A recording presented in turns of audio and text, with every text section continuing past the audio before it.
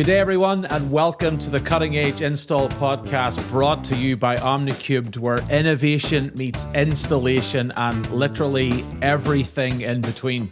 I'm your host, Merv Campbell, and it's an absolute pleasure to have you with us. This podcast is about celebrating pros, installers, experts, game changers in a number of different fields. And today, that field is in marketing. And man, do we have a game changer and a pro for you. We're going to dive into stories, insights. We're going to have fun. I'm Irish. The person that I am interviewing today has roots in Europe. And so this is going to be a great old time. So whether you're on the job, whether you're on the road, or if you're looking just to stay sharp and have fun for the next who knows how many minutes, you are in the right place. So let's get cracking. Stuart, it's an absolute privilege to have you on, my friend. Thank you, Merv. It's a great time to finally be worthy of being a guest on the pod. Oh, well, it's been coming and it's been good. But yeah, that's awesome. So hey, let's get cracking. Can you give us a little bit of your story? How did your company come to be? How did you get the name? What was the driving force behind it? And basically tell us your story, my friend. Yeah, well, thank you.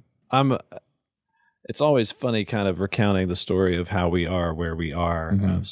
Page50 is a national and international marketing company. We serve folks all over the world with what I would call boutique marketing services, which means we don't do copy-paste mechanisms. We figure out what the needs are, and then we implement those needs in order to help people basically make more money, grow their business greater, whatever their goals may be. And none of this was on purpose. Everything about this business was something that, was just kind of a divine appointment for us. So cool. I'm a pastor. I planted a church down in South Louisiana about 11 years ago. My wife and I moved into a town called Opelousas, Louisiana, and we went to work. Sweet. And at that time, we had two children, my older two girls, and things were going. My wife was working. I was working as a pastor. The church was growing. Things seemed to be going well. And we had very strong convictions that we wanted my wife to be home with our younger children, but my older two girls were school age, so they went to school. Yeah. And so my wife is a teacher. She's a phenomenal educator. Awesome. And so whenever my older two went to school, we sent her to school with them, basically, and she started teaching at the school that they were attending. So cool. Our church has a little classical Christian school attached to it. Yeah. And so it was great. And then my wife was there for 1 year, and she found out that she was pregnant for our third, our son. And we thought we were done. Yeah. We thought we were done because we thought there was some medical complications involved. And we weren't. We were not done. You were not done. It actually sounds very familiar. Yeah, that's awesome. Yep. 2 became 3. Wow. Yep. That's awesome, dude. That's right. Yep. So my wife and I were talking, and we still had the same convictions. We were still like, look, we really want you to be home with the littles while they're little. That's important to us. Yep. And so I remember we were in the living room it was a parsonage, actually. We were in the living room of the parsonage that we were staying at the time. And I remember just looking at my wife, and I said, I don't know how we're going to do this, but we're going to do it. Try. And the Lord's going to take care of us. And here we go. That's so cool. And so my wife turned in her notice that she wasn't going to go back to school the next year. And I just started hustling. Wow. I had a little bit of experience with a camera. I had enough experience with the camera to be dangerous. Nice. And so I started getting hired to go and second shoot different projects, mostly weddings. Yeah. In fact, I think it was exclusively weddings. Maybe we did one commercial. I can't quite remember. And I did that for several years, and it paid well. Yeah. And I was happy to do that. And then I bought a computer, and I started editing videos for the same company. Nice. And I would edit them at my house, and I could do about one significant project a week. And so that was a way for us to make a little bit more money, and the revenue went up. And then one day, that particular company, their work started slowing down. And it got to the point where I was like, well, this has been the way that we supplement our income. I got to figure something else out. So I went to the owner of that company and I said, hey man, I'm not trying to be weird, but I've got to be able to pay the bills. This is how we supplemented our income. I think I'm going to have to start my own thing. Is that going to bother you? Yeah. And he was great. He was honestly great. Awesome. He was like, no, man, I totally get it. Don't worry about it at all. Knock yourself out. Let me know if I can help you. You know, he was a great guy. And so I went and started my own business and I shot weddings because that's what I knew. Yes. Shot weddings for a little while. Yep. And then I got subbed out by another company in a town nearby us to go and do some event coverage for a marketing project they were working on. Okay. So I was just shooting video and photo and sending it to them. Yeah. And I remember whenever I was there, I was just kind of looking around and thinking, I could do this. Like, yeah, I got this. I think I could do this. And so I started trying to solicit commercial contracts. For corporate entities. And the Lord was very kind to us. And I remember I got my first retainer account ever. It was a little art studio in town. And they paid me $150 a month, which is nothing. It's like peanuts. Right? Yep. But I was so excited. Like, I was so excited. Yep. I was like, they're going to pay me this much money every month, babe. Yeah. We've made it. Oh, wait, hang on. We may need a little bit more. That's right. And then, I mean, from there, it really just was the Lord. Yeah. Every step of the way, you know, he appointed people that I could hire to come and work for us. He appointed connections that we could solicit our first, out of state contracts. Yes. We started making more and more inroads into other states and in international areas. And then just, here we are 10 years later. Wow. With a company that, we run 5 full-time employees. That's We've got awesome. probably somewhere between 10 and 15 part-timers, remote employees. Like it's crazy, man. But at no point did I sit down and was I like, my 5-year plan is this. Is to run a marketing agency. Exactly. You're like, what? But it was awesome. So we're still just blowing and going. The Lord continues to be kind to us. New contracts keep coming in. And awesome. In fact, literally yesterday, I just had to move another employee full time. So it's growing, man. Wow, it's very, very cool. Definitely very, very cool. the So Lord. we're 6 full time now. 6 full time. Awesome. So there you go. That's such a blessing. Yeah, the Lord is good to us more than we deserve. But if you don't know Page50, go check out their website. Pretty legit, I have to say. They are an awesome crew.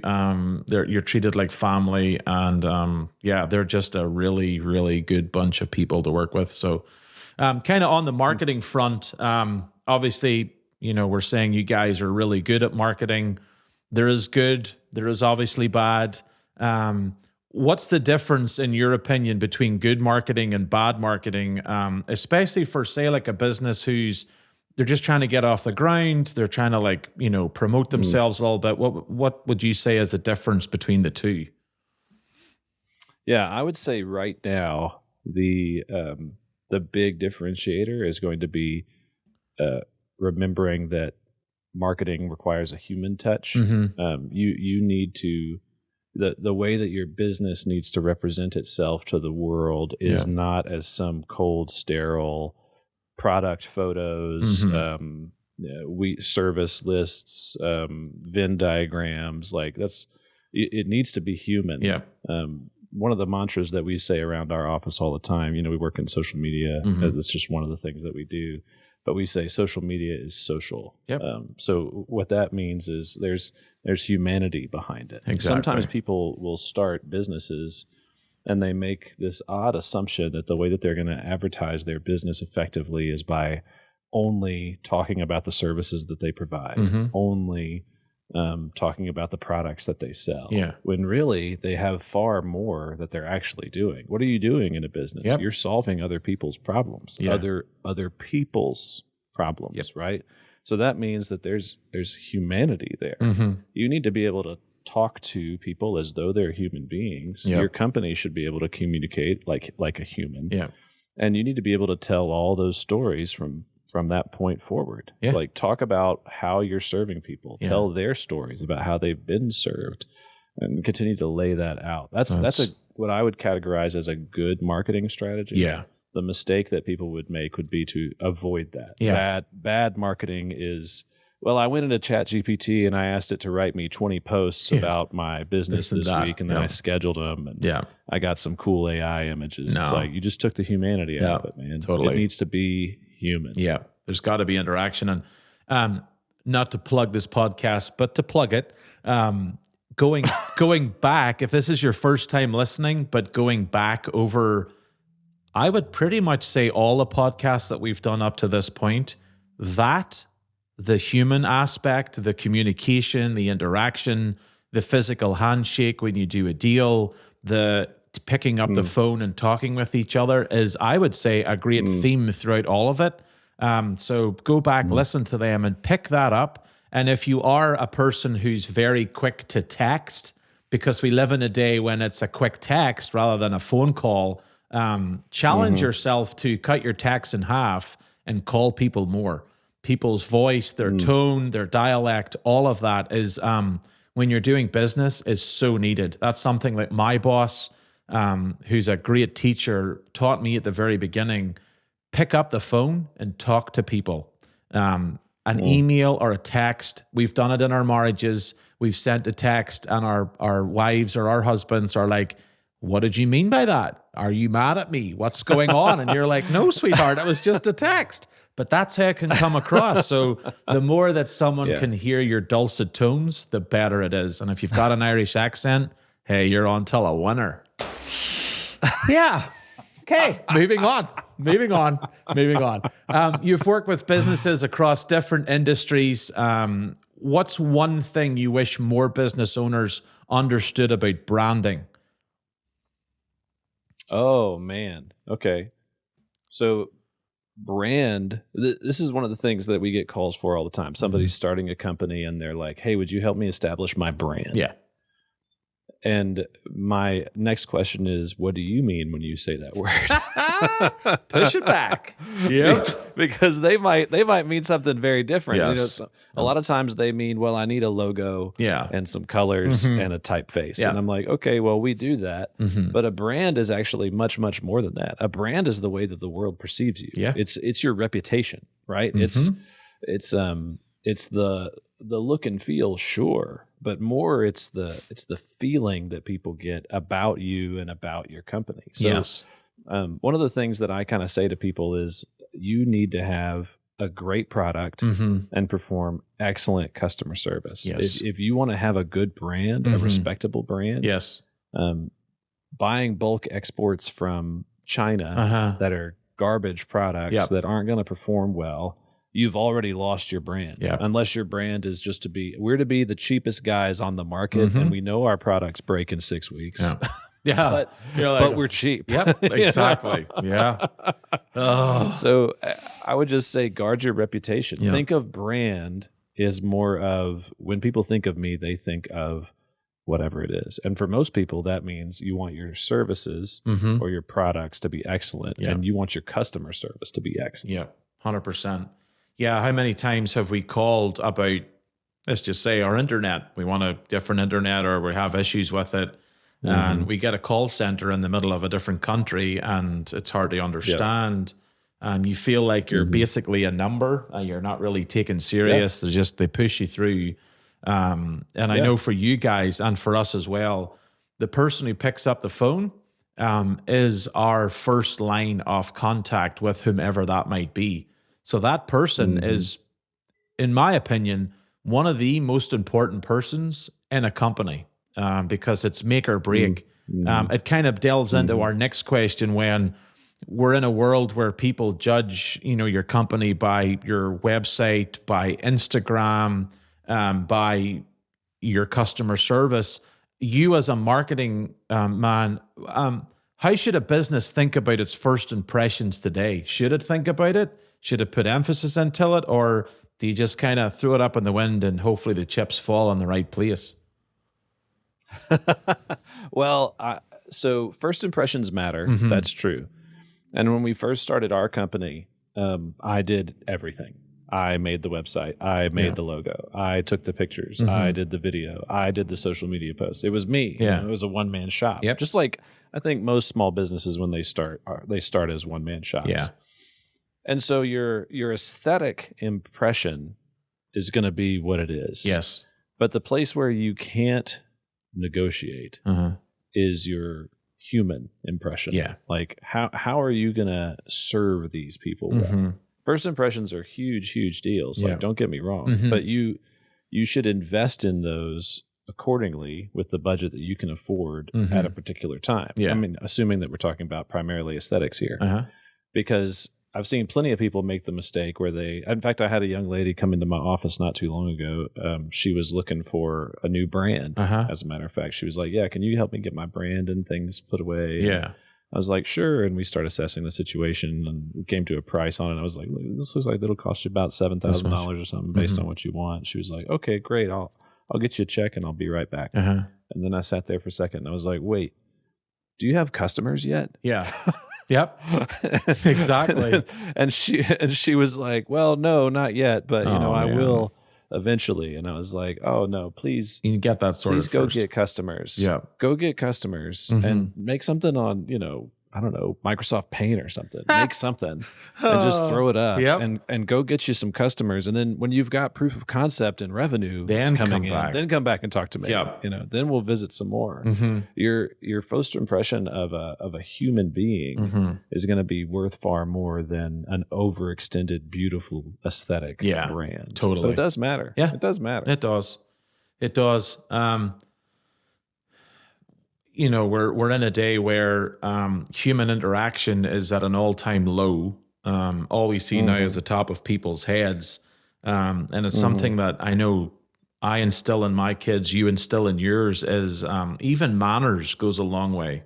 Like a simple opening of a door or a thank you or a please. You kind of stand out a little bit, and it's the same in business. If you go the extra mile and you follow up with people, it's huge. It actually reaps benefits. It's a little bit more effort, but the camaraderie and the relationships that you build, you can't. A website doesn't get you that. Instagram doesn't get you that. It's look me in the eyeballs and let's figure this out together and we'll get through it somehow. So that's really helpful. There was a great book. I can't remember who wrote it now. But it was called Unmarketing, and it was about the very beginnings of this particular movement, where people were moving more and more towards they wanted a human touch. Yes, and I think the argument could be that it's a response to the social media movement and now the AI movement. Yeah. Like we're moving more and more away from humanity, yep. And so people wanted that. And his basic advice in the book was exactly what you just said. He would find companies who would go the extra mile to really make their customers feel loved. Yep. Well, why? Yep. Because now you've converted that customer into your marketing department. Totally. And you don't even pay them. No, you don't. They're free. Yeah. Right. But people are scared to do that because sometimes it means that you make a pretty considerable investment into that person. Totally. Like, so for example, I know of one company, they found out one of their customers was going through a hard time. I can't remember the details of it, but they found out who his favorite sports team was. Yeah. And they found that sports team and the lead player and got autographed jerseys and had them shipped to his house. That's such a cool guess what thing. they got out of that? Yep. They got a loyal customer forever, and he guarantee advertises that business harder than any marketing person would 100%. Have that they would pay $50,000 a year to. It's a whole new game. Yeah. Word of mouth can make or break you. And so, stone, tile, glass, whatever the industry might be, take care of the customer. And I know sometimes customers can be difficult to deal with. I was talking to a guy yesterday and he was like, if it wasn't for people, this would all be easy.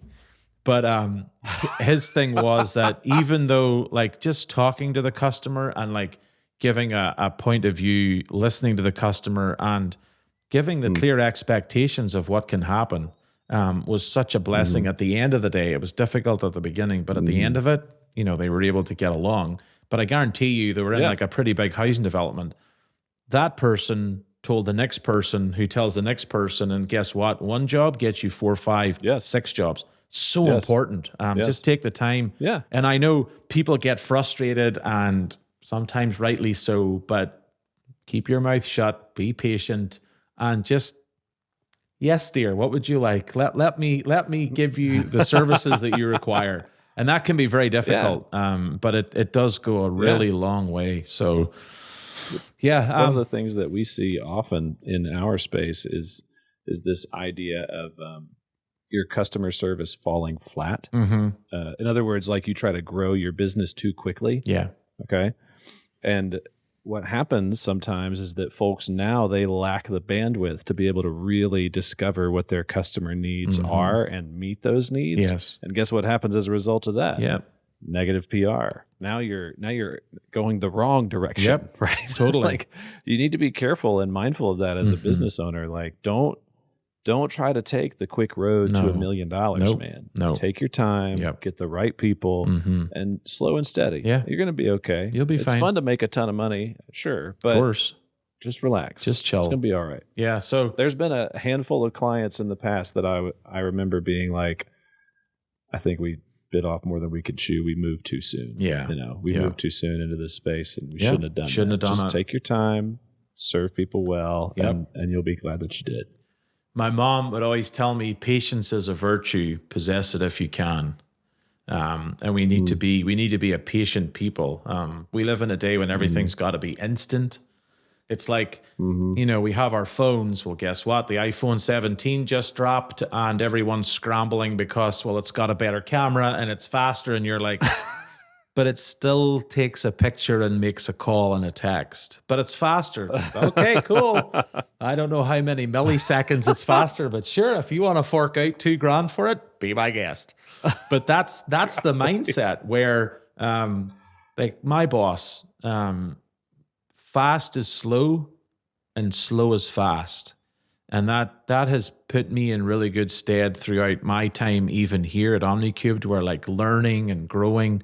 Take your time, learn it well. When you're teaching others, same thing, take your time. Because at the end of the day, if you slow down and do it right, it actually benefits in the end. It's faster rather than having to like rush through it and then, I have to reteach this people and whatever. But on that note of teaching, mentoring and young people, I know this is a passion of mine and yours, where we're trying to get that next generation to indulge in work and be workers and to be craftsmen and women wherever the Lord would place them. If you were mentoring someone fresh out of high school or college, what's one skill set or one mindset that you would try to help them develop no matter what career they would choose? Well, you're 100% on my hobby horse. Like I love to hire fresh out of high school people, and I tell them, hey, if you come work for me, I'll pay you to learn. Yep. You don't have to pay anything. That's awesome. And by the time you leave, you'll have a skill set where you could make 6 figures if you wanted to. So cool. And it's a great pitch, and they love it. I have an 18-year-old and 2 19-year-olds inside of our business right now that are taking me up on that challenge, and they're growing. Awesome. Crazy fast. That's so cool. And I love that stuff. So the advice that I would give them right now, okay, so given our current context, given the AI revolution that's happening in the world, the advice that I would give is to never stop innovating. Okay. Yep. So don't stop learning. Don't stop growing. Don't get to the place where you look around and you say, this is good enough. Yeah. I'm done. Because the moment you do that, especially today, you're dead. Yeah. You're done. You're toast. If you go to a company and they've standardized all their policies and procedures, they've got SOPs for everything, and they're done changing, they're done innovating. Yeah. You need to start looking for another job. Yeah. Because they're not going to last much longer. Nope. I have one of the things that we do really well that I like is I try to give my guys the bandwidth where they can do that. My full-time guys. That's awesome. I tell them, I'm like, hey, you need to have time every week that you're setting aside just to innovate, just to figure out what's changing. Because we work in digital marketing, man. Like every hour it changes. Stuff's different every week. Yep, here. totally. Yeah, That's crazy. Like I send emails out about digital marketing updates whenever I see stuff like that come through. That's profound because it really does change like every week, every other week. Yep. You know? Oh yeah. Like Google releases a core update that just breaks everybody's websites once a quarter. You know, like this is just the world that we live in. Thanks. And so if we don't innovate, we're dead. Yep. You're left like in the dust. You're left in the dust. You could probably run your business for another 18 months, another 2 years, but we have to be, and you guys know this, you know, like we've changed things and done new things and made adaptations inside of y'all's systems. Yeah. And we've been working together for what, 4 months? Yeah. You know? Yep. Like totally. That's just how it cuts. Yeah. We have to be able to do that. So if you got somebody new, green, who's coming in, I would tell them, I guess a way that you could just say it, if you wanted to say it like a 90s kid, is never stop learning. Never stop just learning. Always be instructing, teaching yourselves, innovating, creating something new, and go from there. I think one really cool thing to see, and I see it in your company and I see it in ours, is people inside the company teaching others inside the company. And what it does is the teacher then becomes like really in depth and really knowledgeable. If you have to teach something, you have to know it. You can't just wing it. And so like teaching the next person. So we've one employee who has pretty much done every job within this facility. And but what an asset to the company. Willing to learn, willing to grow, doesn't say no. Maybe sometimes they should. Because we're like, hey, we have this over here. What do you think of this? And they're like, yeah, I'll give it a go. I think it's a mindset as well of just go with the flow. So many people like to just, there's people who like to clock in, do the same thing every day and clock out. But there's other, and we need people like that. We need people who are just get everything done. But then there's those people who are thinking outside the box, who are not afraid. If they feel, they're going to feel.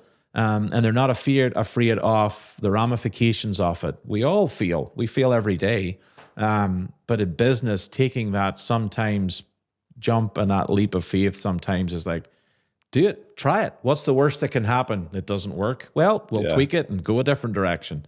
So constant innovation is huge within a company. If it's not innovating, it's dying. Yeah. In that vein, there's a great book by a guy named David Bahnsen. It's called Full Time. Easy read, a lot of fun to read, and it's about work. Yeah.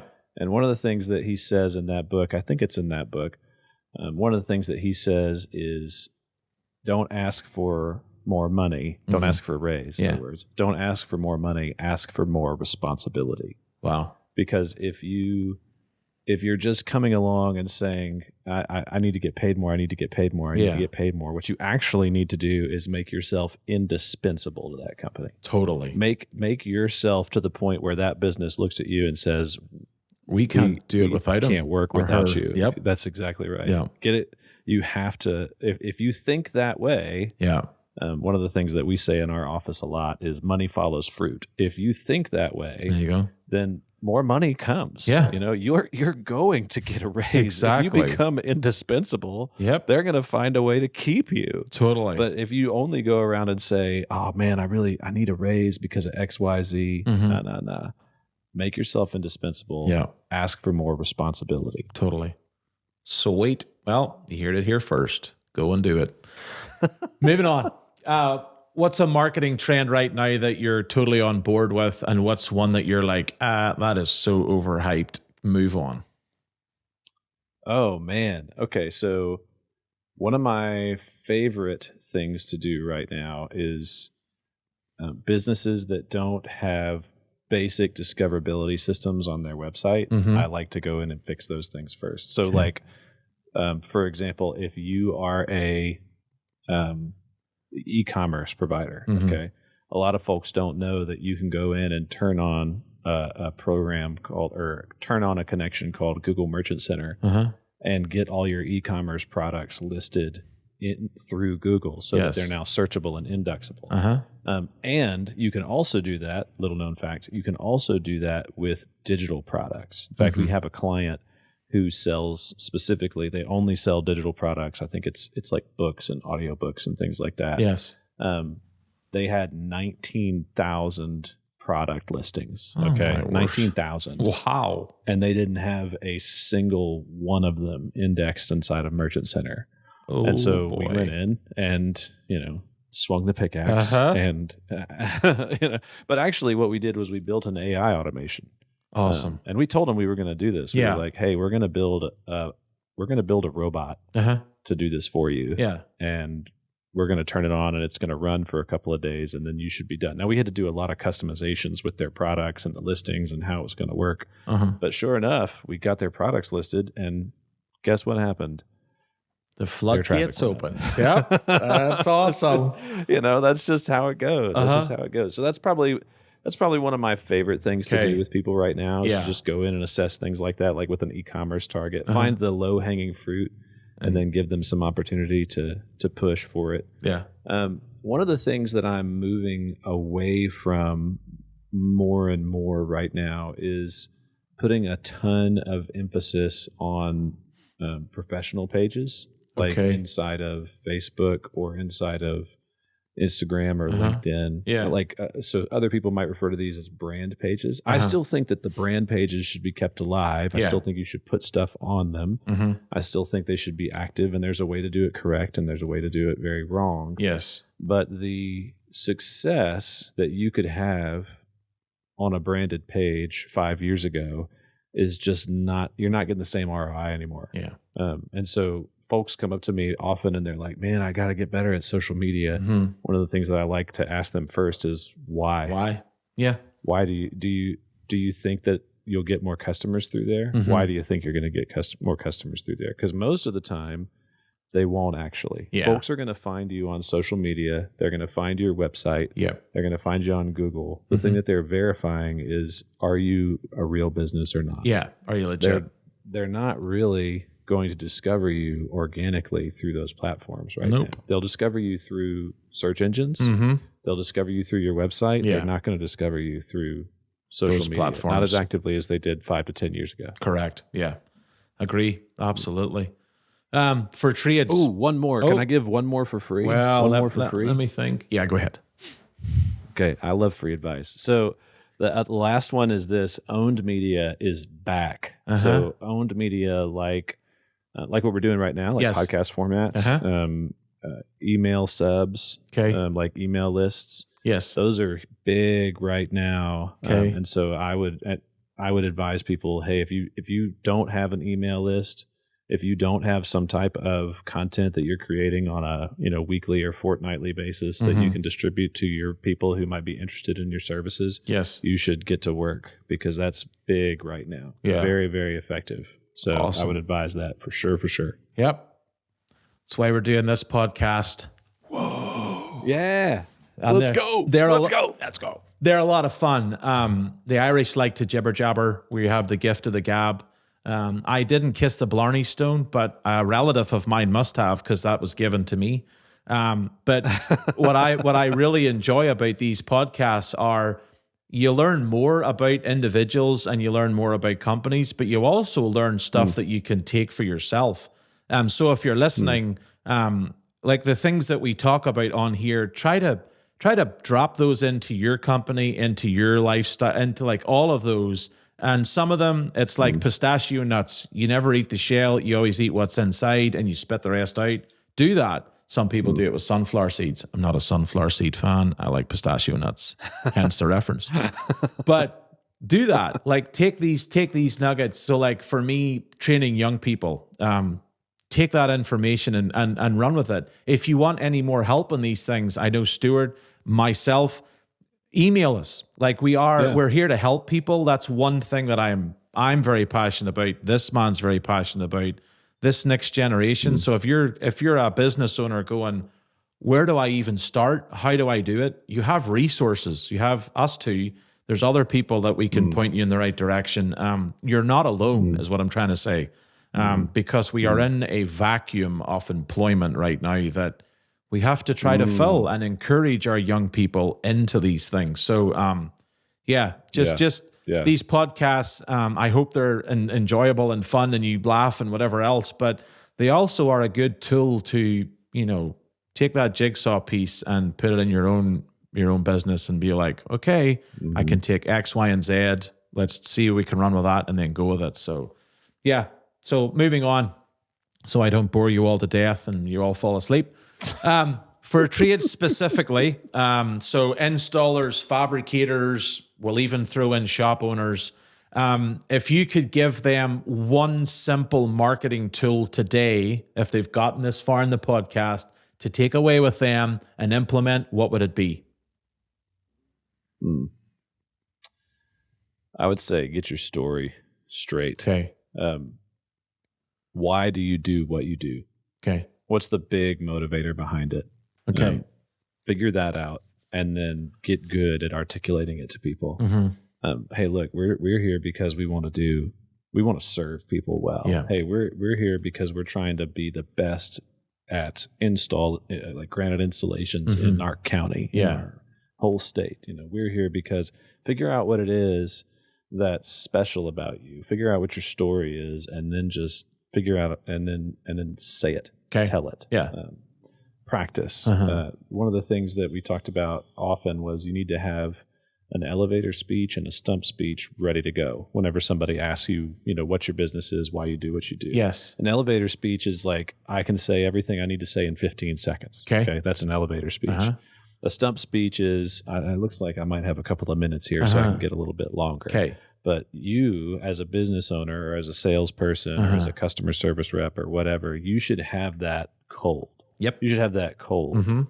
Being able to just go in and pop and say it and know what it means and how to articulate it. Yes. Well, yes. That's the best thing to do. So if you can get that loaded in, because you're going to get opportunities to talk to people. You're going to be a podcast guest. You're going to meet people on the street. You're going to have your company shirt on. They're going to be like, oh, what do you do? Such and such installers. What do you guys do? Yeah. Boom. You got 15 seconds. We're the best granite installers in our state. Nice. Boom. Let's go.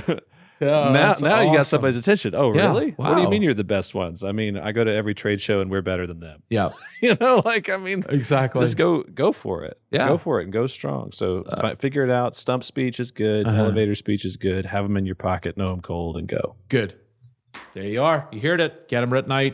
Get them on a piece of paper. Business owners, they have a lot of weight to carry. Obviously in these days, volatile markets, there's pressures upon them. They've got perhaps limited crew members. Do you think that every business owner needs to be a content creator, or is there still a smart way to grow without being on camera, so to speak? It depends on the size of your business. So if you're what the federal government would consider a small business, which is less than 50 employees, which is every business pretty much these days. Yep. Right. Oh yeah. But if you're less than 50 employees, you kind of go through phases. So when you start your business at first, most of the time you're going to be the one man shop, where it's you and you do everything. Yeah. In which case, content creation is pretty easy because it's literally pictures of you doing everything. Yes. And meeting people while you do everything. You do it. Awesome. Right. It's not a lot. It's pretty simple. Yeah. But then as your business starts to grow, you're going to start to move more into what I would call like the sage stage as business owner. Okay. And what that means is you're going to content create. Okay. But you're going to do it in a way that you're not just the boots on the ground anymore. You're the expert. Yeah. You're the guy who knows and has mastered your field. Yes. So I've got one particular client. He works in the health and safety space. And one of the things that I had a consulting call with him relatively recently. His business is growing. He's got new employees coming in, new contracts coming in like crazy. And so I told him, I was like, you have to read and study now more than you ever have before. And your employees that you oversee need to be the primary ones that are doing the work. Yeah. They need to be the primary ones that are fulfilling the order, because what that's going to do is two things. One, it's going to make you more and more of an expert, which matters on all fronts right now. Yeah, okay? totally. Expertise in your field is king. If the more that you know about what you're doing, the more that you innovate, the more that you're researching new methodologies, the more that you're understanding the tools and the technology that you utilize and master it as the business owner, the better you're going to look. Oh, yeah. Not just to your customers, but to your potential customers as well on the internet. When this guy talks, you want to listen. He knows what he's talking about. Yep. That's right. Totally. That's right. You want to pay attention. Yeah. So it's going to do that. It's going to make you into the expert and into the master, but it's also going to give you an engine and a mechanism to now generate content that's going to fire well on the internet. Yeah. Okay. One of the biggest things going on right now with the search engines is what's called your EEAT rating. That's experience, expertise, authority, and trustworthiness. That's big. Yeah. That got rolled out in Q4, I believe, of 2024. Huge change to the game in the search engine indexes because of the AI revolution that's happening. Yep. Anybody could make garbage content. Yep. Anybody. Yeah. Hey, AI, write me an article about whatever. Yes. Yep. And you could throw it up. So Google releases a core update, and other search engines as well, where now the search engine indexing tools can smell it. Yep. They can tell sniff it out. that this is just some AI article that's riffing. Yeah. But real expertise, a person speaking with real authority and real experience who is trustworthy, they can smell that too. Yeah. You want to be that guy. person. Yeah. Because over time, it's going to raise your reach. It's going to raise how far you can go. Yeah. It's going to raise your indexability. Okay. And you need to spend time doing that. Yeah. It's not something that you're just going to do overnight. No. You know what I mean? Yeah. It's going to take time. You're going to have to innovate. You're going to have to push. You're going to have to grind to do it. Yep. I advised one of my clients, I was like, you need to be reading and writing for about half of your workday every day. Yep. And he was like, what? He's like, what are you talking about? Yeah, but this is the space that we're moving into. Man. Develop and cultivate expertise. Yeah, it's funny you say that because I was talking to our people today because I'm taking a trip to a trade show in Europe, and I miss the good old days of handwritten things, so like a handwritten note or a handwritten letter. And something that I'm trying to do myself is each day keep a diary, like just write it out how my day went, but write it by hand. We're really good at typing these days. Like we can probably type a fair bit at a fair rate, but I guarantee if you go to like handwrite something, it's like, oh, I'm not really all that good at that anymore. What's going on here? My handwriting kind of sucks. But it's one thing. And then do it in cursive. Oh, okay, you've gone too far. Or do it in calligraphy format if you're really in for that with a fountain pen or a quill. But no, writing something out by hand, that's how I memorize things, is I write it by hand. And I find that a great tool to like memorize, or if it's a passage of scripture to like, there you go, to meditate upon. It's sad because it's like we kind of got to go back to the good old days. These tools are great, but it's funny that you say that you can sniff out when it's AI. You really can. You're like, that's not a human. That's a bot. Right. Come on. And everybody, the threat is AI is coming to take our jobs, and my rebuttal is, no, it's not. No, it's not. Don't panic. It's coming to take the jobs of the people who are at the very, very, very bottom of the employment ladder. Yep. But it's not taking the jobs of people who are genuinely experts in their fields. No. Not even close. No. We got to keep those creative juices alive and not lose them, fight for them. So, okay, let's flip it. We've talked about wonderful marketing things. We've talked about how good marketing can be. What is one absolute disaster that you've seen that makes you absolutely cringe, and it's kind of eating like a green banana that you should never do, and you've maybe looked at it and laughed at it as well and thought, oh boy, what a disaster. We would call it design by committee. Okay. Or our expression would also be, uh-oh, they're making a camel. Oh. And what that means is sometimes we get hired to do jobs, and we'll perform the job, whatever it might be, and then we'll deliver it to the client, and they'll say, okay, I'm going to send this to my team, and then we'll come back to you with notes. And that's fine. They can send it to the team, and we can see some notes on the other side. But sometimes we get involved in that process, and the feedback is, well, this person said they like this, and this person says that they don't like this, and this person says, can we add this? And this person added, can we also have this? Yep. And so the joke is they're making a camel. A camel is a horse designed by a committee. I don't know if you've ever heard that expression before. No, I haven't, but I have now. That's good. We've seen it happen plenty of times. Like one time there was a logo project, and I can't remember the context, but for some reason it came up that somebody was like, can we put a horse on it? And the guys in the office looked around. They were like, what? And we were like, why? And the joke is, well, because they liked horses. Oh.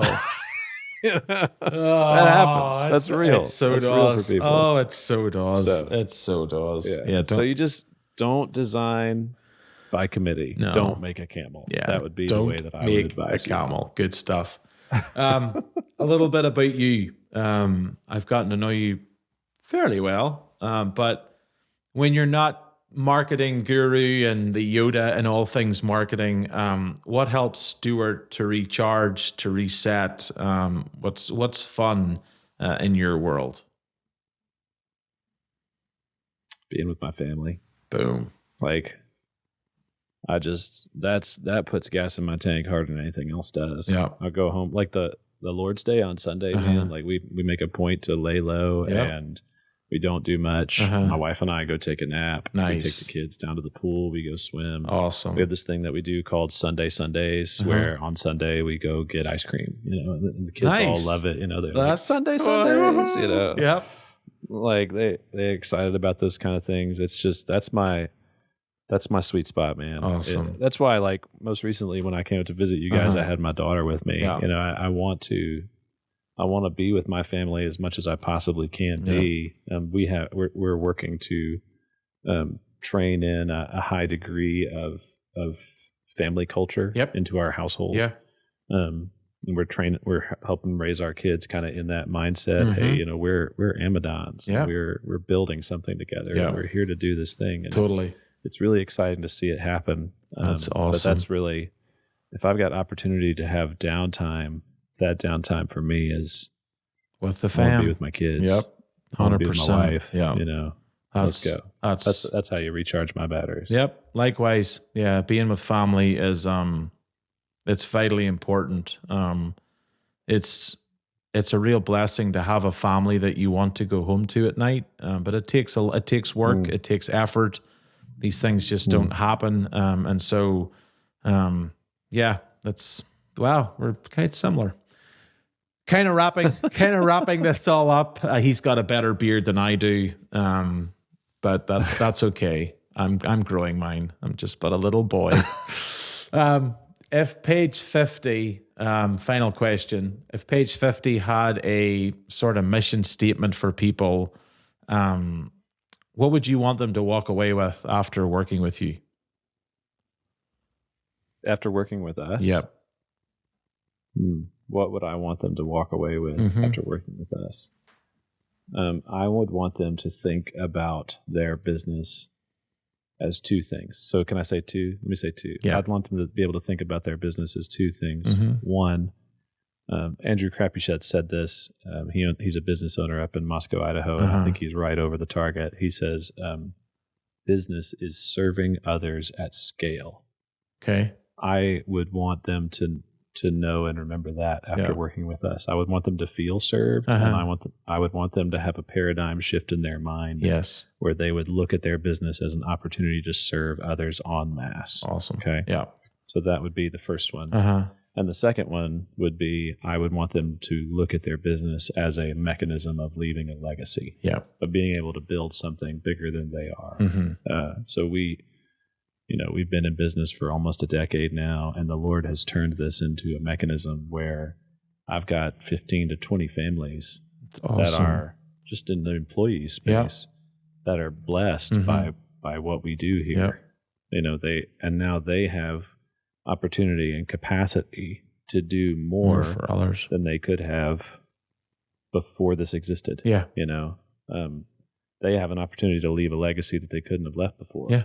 And so I want to be able to do that same thing for them. That's awesome. I want them to know that in the depths of their heart. And that's what our whole company is about, is about legacy leaving. So if I can translate that to them, amen. Good. What a way to end. What an inspiration. So that's a wrap on this episode of the Cutting Edge Installs. I really hope you've enjoyed it. If you have any questions or you want to reach out to us, you can find me at omnicubed.com. You can go on page50.com, leave a comment there. Please, if you've enjoyed this episode, follow it, subscribe it, leave a quick review, share it with whomever, wherever across the world. And I really do hope and pray that people listen to these things, take them to heart, and plug them in where you possibly can.